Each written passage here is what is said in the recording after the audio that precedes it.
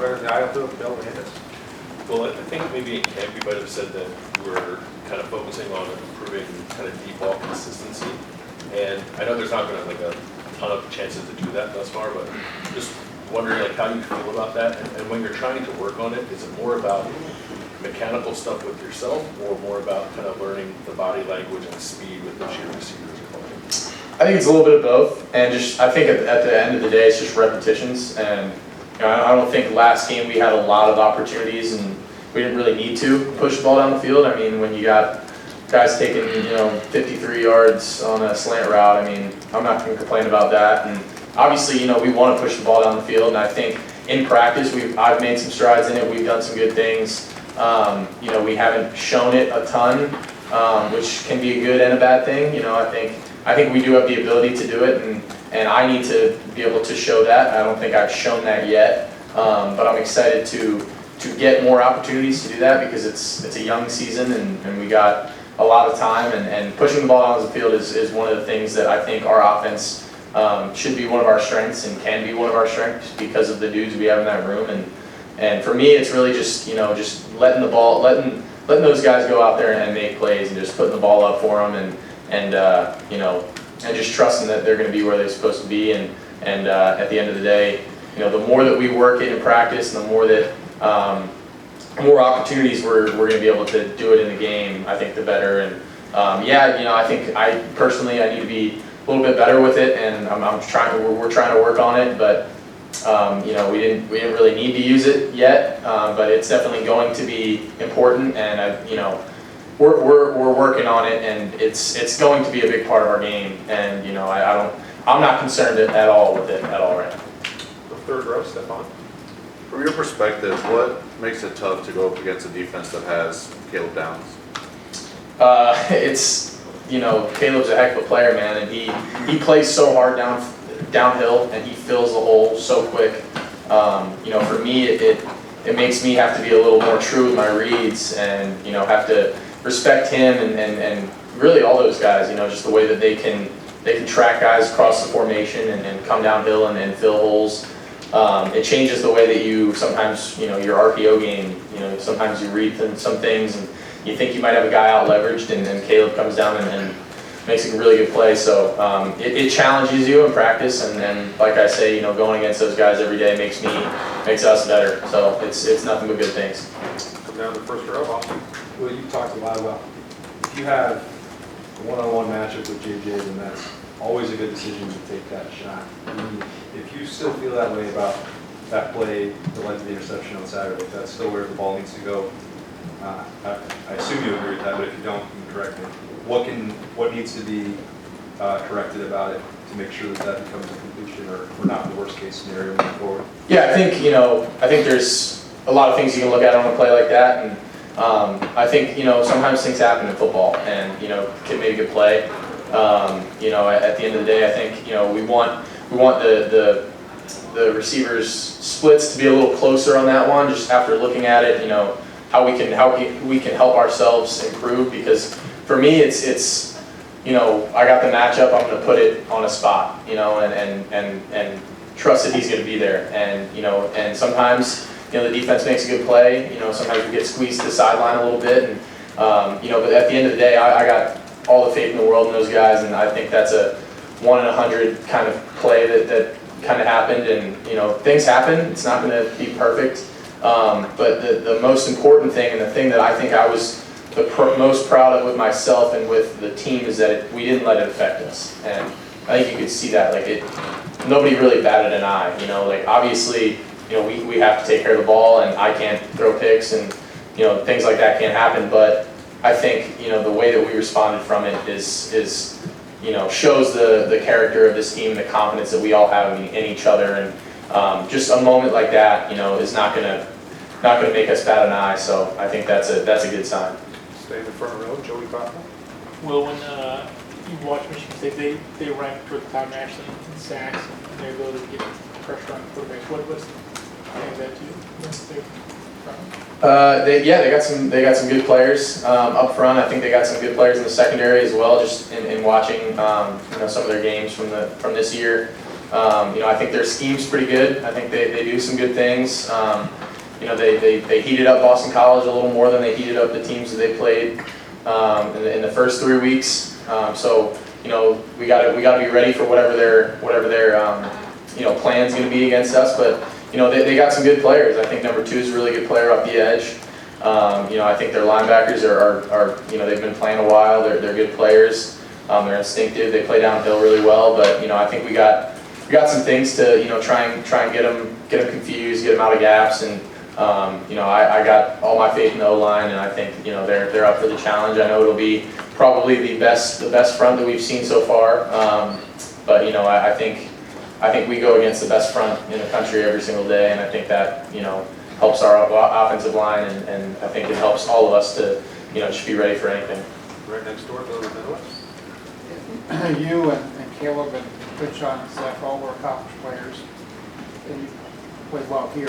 Just can you describe the challenge, if it even was, of integrating into this program, because you came from different places, different philosophies, whatever, but it seems like it's been pretty seamless. Yeah, I think that's a credit to the people in this building and the people that, and the people on the team, the players. They all took us in and accepted us as one of their own, from the very start. And that is something that will be forever eternally grateful for.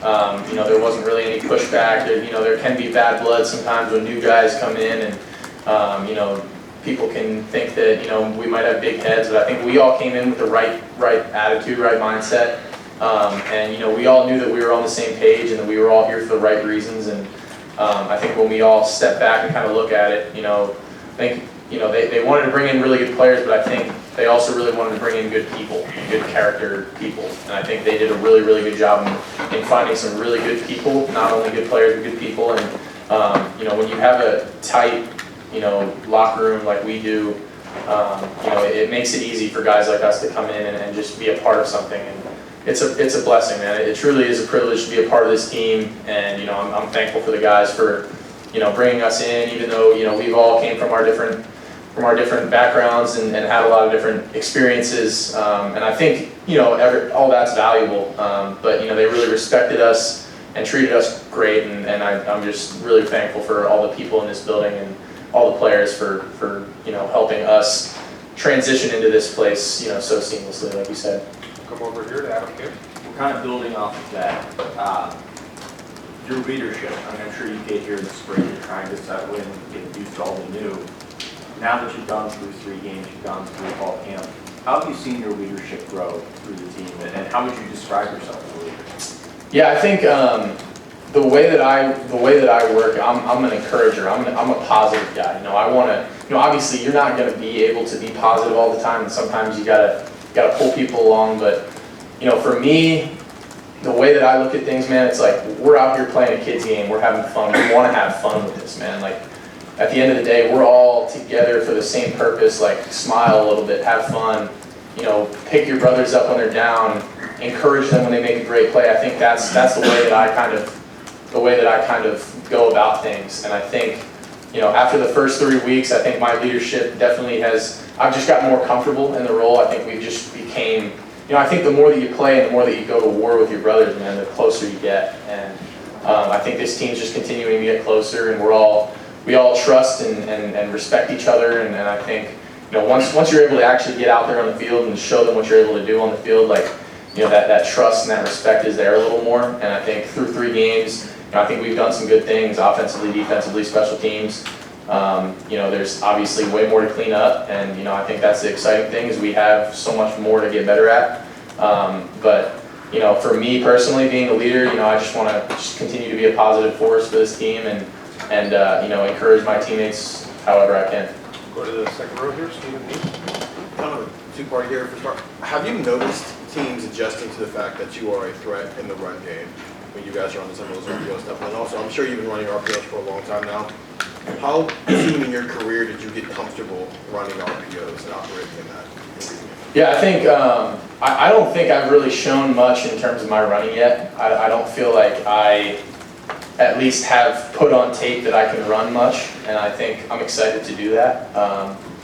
So I don't know, I think sometimes you look at some teams, the way that they play their DNs or the way that they, scheme up some of their blitzes can be pretty evident, like, hey, we don't want to, watching Marshall play Virginia Tech, like that quarterback's a running quarterback, Kyron, he's going to tote the rock, and they were clearly trying to take that away. I don't think they did that necessarily against us. There were a couple times maybe I, burst it off a fake and bring guys with me, but that's just what I want to do as part of my job. But I think there's a lot more opportunities for me to show that and for defenses to respect that.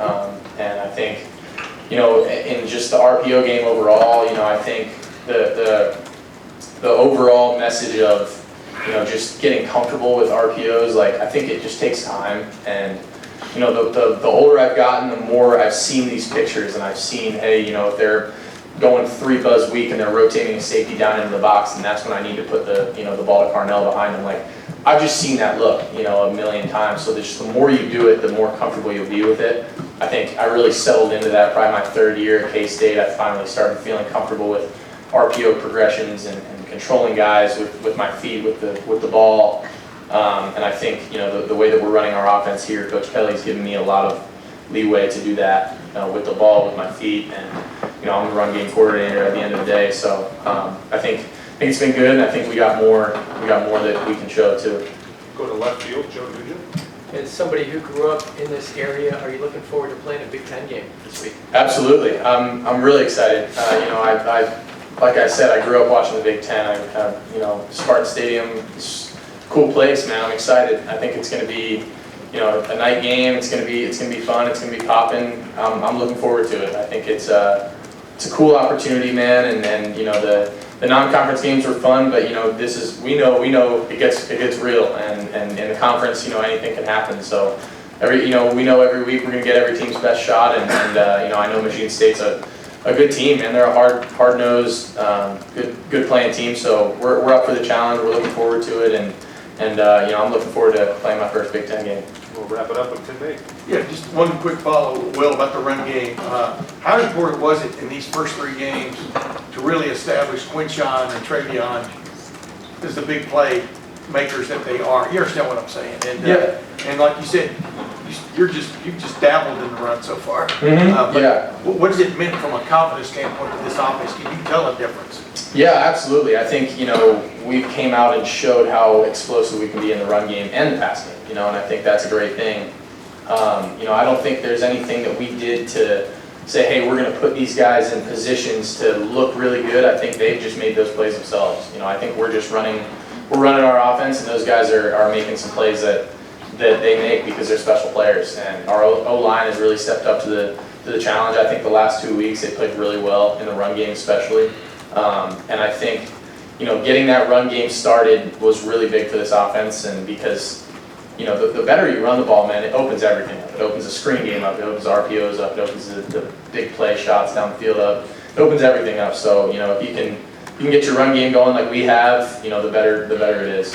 And one of the quickie, is there, from watching it, you've never played in the Big Ten, is there something different about football in the Big Ten? I mean, it used to be 3 yards, a cloud of dust kind of feel for a lot of people when they would just lazily describe it. But what do you expect from a physical standpoint to be different? Yeah, I think every conference, has its stereotypes, if you will. If you're to talk to someone about the Big 12, you probably think, high-powered offenses, and you think SEC, it's big dudes. You think Big Ten, it's running the ball down the field. Like, yeah, there's some of that. I think definitely, in the Big Ten, like the dudes are big inside. Guys are big up front. Bigger than what I've played with. I mean, I've faced some pretty big dudes, in Texas and Oklahoma and whoever we've played over the years. But I think consistently in the Big Ten, you got some size, especially at the linebacker positions. Those guys are going to hit hard. They're going to come downhill.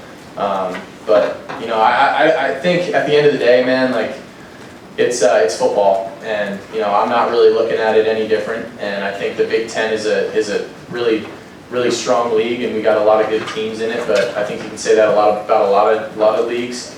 And when you're at Ohio State, I feel like we have the talent and the ability we should beat everyone every week, and that's the way that we have to look at things.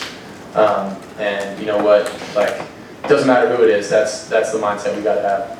Thanks, Will. Thank you. Appreciate you guys, go Bucks.